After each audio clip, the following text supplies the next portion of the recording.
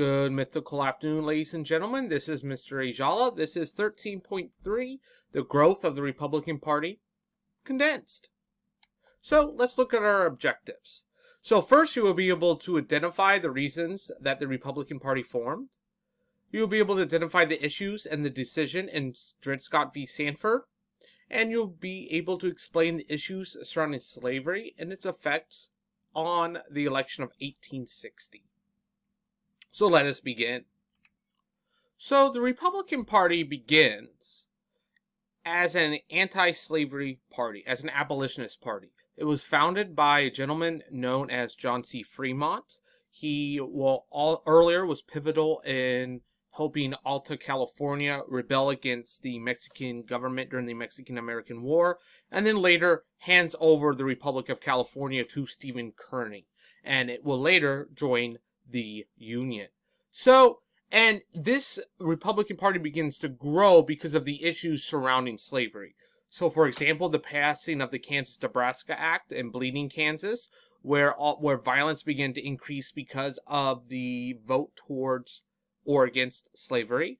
The beating of abolitionist Senator Charles Sumner on the Senate floor. They absorbed the Free Soil Party, which was also an anti-slavery party, and other abolitionist groups, and all the cultural changes that were going on.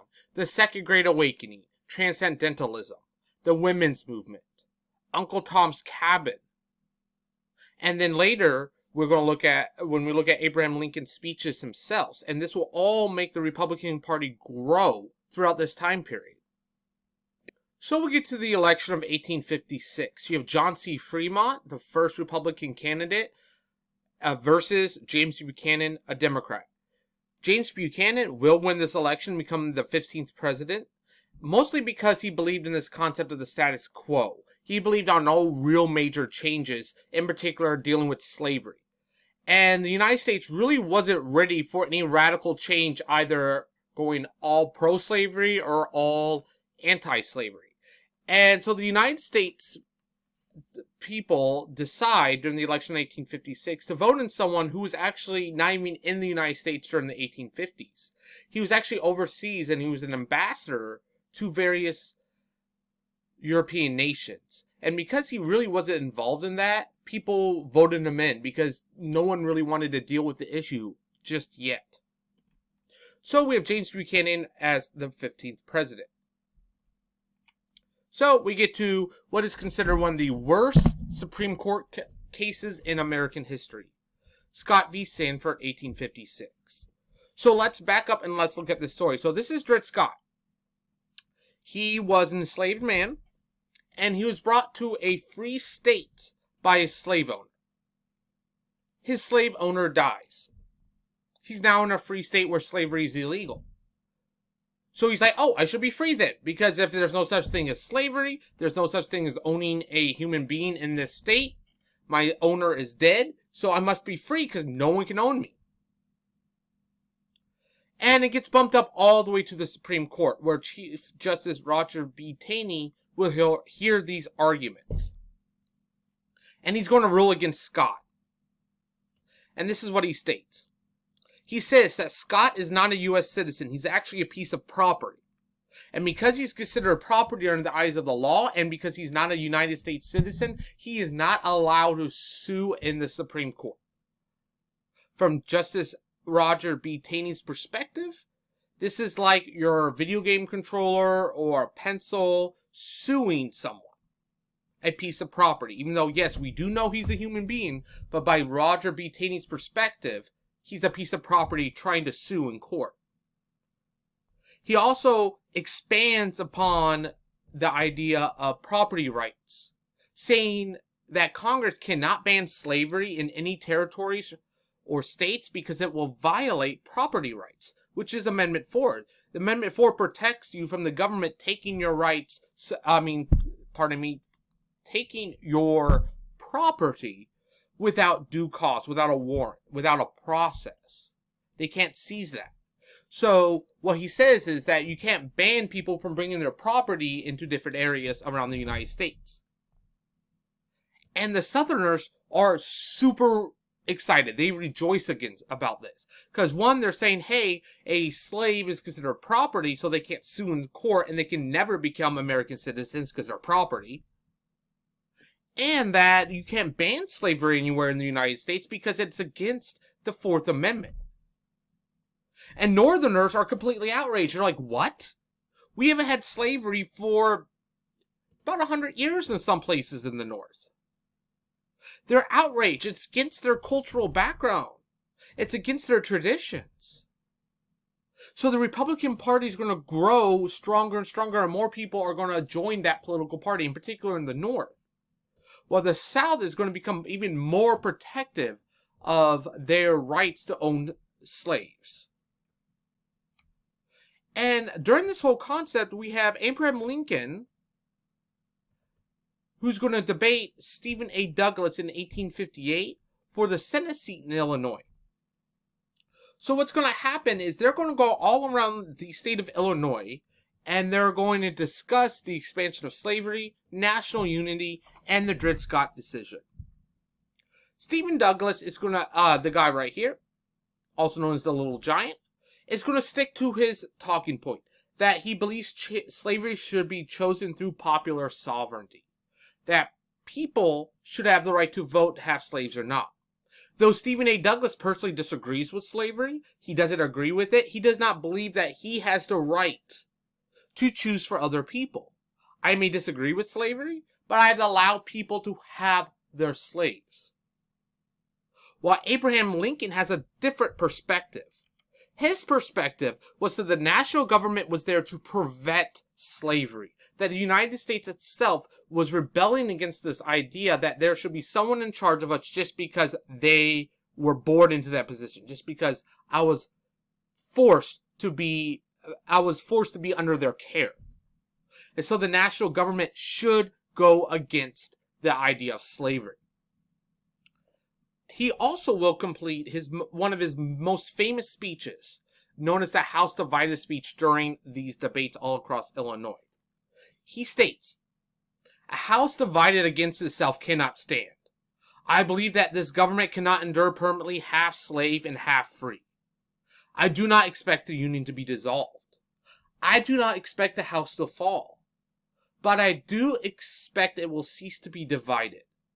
It will become all one thing or the other, all free or all slave." And what Lincoln really does, he puts down the gauntlet. He throws it down. He says, the United States cannot be fighting against itself. The United States, in his perspective, cannot be destroyed from without, but only within, with people fighting against each other, and that we must figure this out. And he speaks passionately on this idea, passionately that we must make a decision to become all free or all slave. And Douglas will end up winning the Senate seat, though, because the people of Illinois really weren't ready for such a radical viewpoint on get rid of slavery. It should disappear. While Lincoln, with his House Divided speech, will be launched into national prominence. People, in particular in the North, is going to look at this man. He understands the major issue is slavery. He doesn't know if we should become all free or all slave, even though Lincoln prefers no slavery, because he believes everyone should be paid for their work. He understands that this has to go through a process, through the legislative branch. So he's going to be launched into national prominence. Meanwhile, the violence gets worse. So we're going to go back and revisit John Brown. He's an abolitionist. And his viewpoints on how to emancipate slaves, how to free slaves from bondage, how to get rid of slavery in the United States, has become more and more radicalized. He believes that slaves will have to fight for their freedom. So what happens is he gets with a whole bunch of men and some of his sons, and he decides that he's going to try to take over the arsenal at Harper's Ferry, Virginia. And his idea is that if he gains an arsenal, that all the slaves in the plantations in the area would rise up and fight for their freedoms. This, of course, will fail. Mostly because John Brown forgets the most important thing: informing the slaves.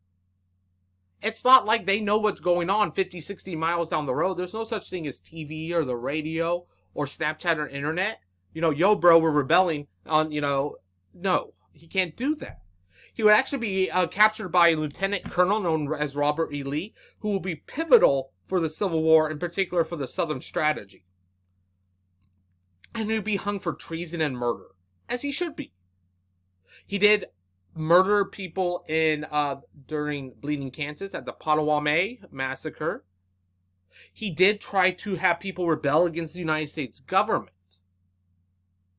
But the reasons he did this were complicated. John Brown fought to free the slaves. He wanted them to rebel. Yet again, this goes to that whole moral and ethical issue with laws. Just because it is legal, is it moral? Just because it's illegal, is it moral? So, after he's hung for treason and murder, the North is going to celebrate his martyrdom. All martyrdom or martyr is someone who dies for a cause that they greatly believe in. This is seen in a lot of religions, and it's seen in American history as well. You have, John Brown. You have Abraham Lincoln. You will have Martin Luther King Jr., John F. Kennedy, Robert Kennedy. All these people who lay down their lives for their cause. And they become martyrs. And the North are celebrating that this man is willing to lay down his life to fight for what he believes in. While the South and the Southerners were enraged and shocked. They were like, what? How in the world can a white man fight for black men and women that he has never met? How can he fight for these people who, in a lot of Southerners' perspectives, were not much better than animals? How could this man do this? The Southerners were just so confused. And then they became terrified. Because they're like, what is this going to do to the Northerners' perspective on slavery? How is this going to affect the election that is going on in 1860? A little bit less than a year after this. And I will leave you with that. And as always, don't forget to be awesome.